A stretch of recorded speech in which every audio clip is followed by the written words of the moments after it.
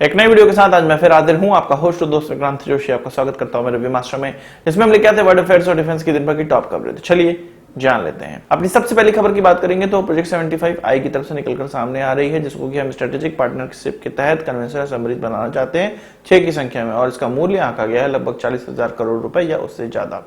आपको पता है कि विदेशी कंपनी 5 सेलेक्ट की गई थी, भारतीय कंपनी 2 सेलेक्ट की गई थी, और विदेशी कंपनी और देसी कंपनी का एक स्ट्रेटेजिक पार्टनरशिप होता है और उससे नए प्रोडक्ट डेवलप किया जाता है और भारत का इसका इस्तेमाल करता है और खरीदता है उसको।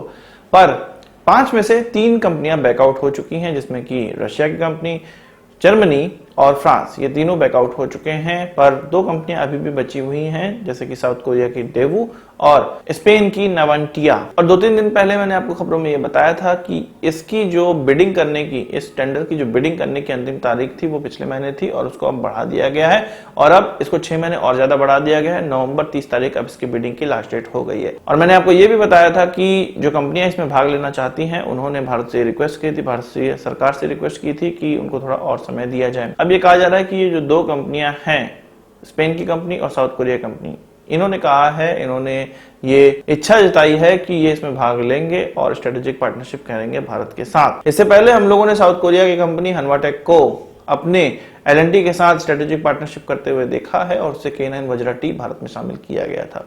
तो हो सकता है कि फिर से साउथ कोरिया की कंपनी एल&टी के साथ सहयोग करे और माजागान रॉक लिमिटेड के साथ स्पेन की कंपनी शामिल करे, पर ये मेरे कयास है।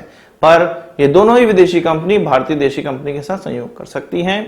इसकी जो डेट है बिड की, जो मैंने आपको बताया 6 महीने बढ़ा दी गई है। उसके बाद ही पता चलेगा कि यही 2 कंपनियां सामने आ रही हैं या इसके अलावा कोई दूसरी कंपनियां भी हैं जो सामने आ सकती हैं। बात कर लेते हैं अपने ब्रह्मोस की। आपको पता है कि हमारे ब्रह्मोस को पहला एक्सपोर्ट कस्टमर मिल चुका था और वो फिलीपींस था, पर अब दूसरा एक्सपोर्ट कस्टमर भी मिलने वाला है और वो भी आसियान देश ही है। ये खबर निकलकर सामने आई है कि इंडोनेशिया के साथ हम लोग अंतिम पड़ाव में हैं इसके नेगोशिएशन में, और इसके बाद इंडोनेशिया को भी ये हथियार, ये ब्रह्मोस भेज दिया जाएगा। फिलीपींस की तरह ही इंडोनेशिया भी शोर बेस्ड एंटी शिप वाले वेरिएंट के लिए प्रयास कर रहा है और 2018 में ही ये खबर उड़ी थी जब आसियान देश के प्रमुख भारत आए हुए थे। तभी आसियान देशों में बहुत से देशों ने ब्रह्मोस को खरीदने की इच्छा जताई थी। इसके अलावा वियतनाम और मलेशिया ने आकाश को खरीदने की भी इच्छा जताई थी। तो उन्हीं इच्छाओं में से एक इच्छा थी इंडोनेशिया की भी कि वो ब्रह्मोस लेगा। अब उसका जो इच्छा है भारत उसकी पूर्ति कर रहा है। भारत के इस प्रयास से भारत का एक्सपोर्ट तो बढ़ेगा ही, और साथ ही साथ चीन के खिलाफ एक टीम भी तैयार होगी जो कि भारतीय हथियारों से लैस होगी। इसके अलावा साउथ चाइना सी में चीन की नाक में दम करेंगे ये सब देश। कई दिनों से कहा जा रहा था कि भारतीय गवर्नमेंट साउथ चाइना सी के आसपास के देशों को क्यों नहीं हथियार दे रही और अपना अच्छा हथियार ब्रह्मोस क्यों नहीं दे रही है, तो अब देना स्टार्ट कर दिया है ब्रह्मोस।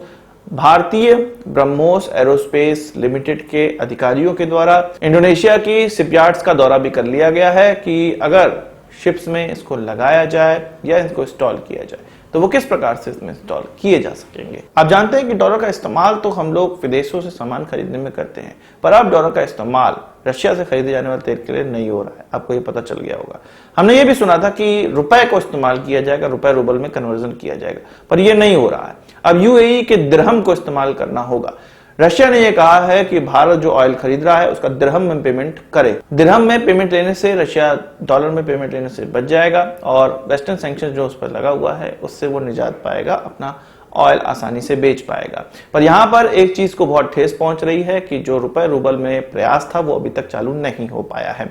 यहां पर एक और खबर हम लोगों ने सुनी थी कि यूएई, बांग्लादेश हो गया, मलेशिया हो गया, दूसरे अन्य देश हो गए एशिया के देश, वो रुपए और उन देशों की लोकल करेंसी में व्यापार करना शुरू कर रहे हैं। तो हो सकता है कि यूएई के साथ जो हम लोगों ने लोकल करेंसी में व्यापार का स्टार्ट किया है या उनके देश में चलेगा, हमारे देश में चलेगा, वो शायद इसीलिए स्टार्ट किया गया है कि रशिया को अगर हमें पेमेंट करना पड़े और वो रुपए एक्सेप्ट ना करे तो हम इस प्रकार के अन्य कंट्रीज के करेंसीज को इस्तेमाल कर सकते हैं। बात कर लेते हैं वरुणा ड्रोन की, जिसको कि कहा जाता है कि ये 25 किलोमीटर तक ट्रैवल कर सकता है। इसका एंड्योरेंस लगभग आधे घंटे का और इसके द्वारा जो सामान उठाने की कैपेबिलिटी है वो 130 किलोग्राम की है। 1 साल पहले ये खबर आई थी कि इस प्रकार के हम लोग ड्रोन डेवलप कर रहे हैं या हमारी कंपनी स्टार्टअप डेवलप कर रही हैं जो कि इंडियन नेवी में इस्तेमाल की जाएंगी और एक व्यक्ति को उठाकर एक स्थान से दूसरे स्थान तक ले जाने के लिए इसका इस्तेमाल किया जाएगा।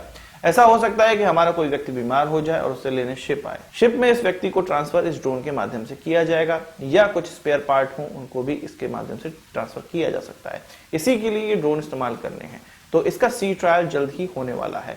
इसको बनाया है हमारे देश के स्टार्टअप सागर डिफेंस इंजीनियरिंग ने, और इसको नेवी के साथ मिलकर डेवलप किया गया, यानी कि नेवी ने अपनी रिक्वायरमेंट बताई, उन्होंने इसको डेवलप किया। वही बात कर लेते हैं एक सम्मेलन की, जिसमें कि हमारे प्रधानमंत्री और हमारे रक्षा मंत्री ने शिरकत की, और दोनों ही अपने अभिभाषण में कुछ नई चीजें सामने रखे। हमारे प्रधानमंत्री ने ये कहा कि आने वाले समय में हमारे जवानों के हाथों में ऐसे हथियार होंगे जो कि दुश्मन सोच भी नहीं सकता होगा, यानी कि सरप्राइज एलिमेंट की बात की जा रही है। अभी जो हम लोग बाहर से हथियार खरीदते हैं, उन हथियारों का पता दुश्मन को भी होता है, क्योंकि वो विश्व लेवल में निर्यात हो रहे हैं, तो कोई भी सरप्राइज पैकेज नहीं होता है।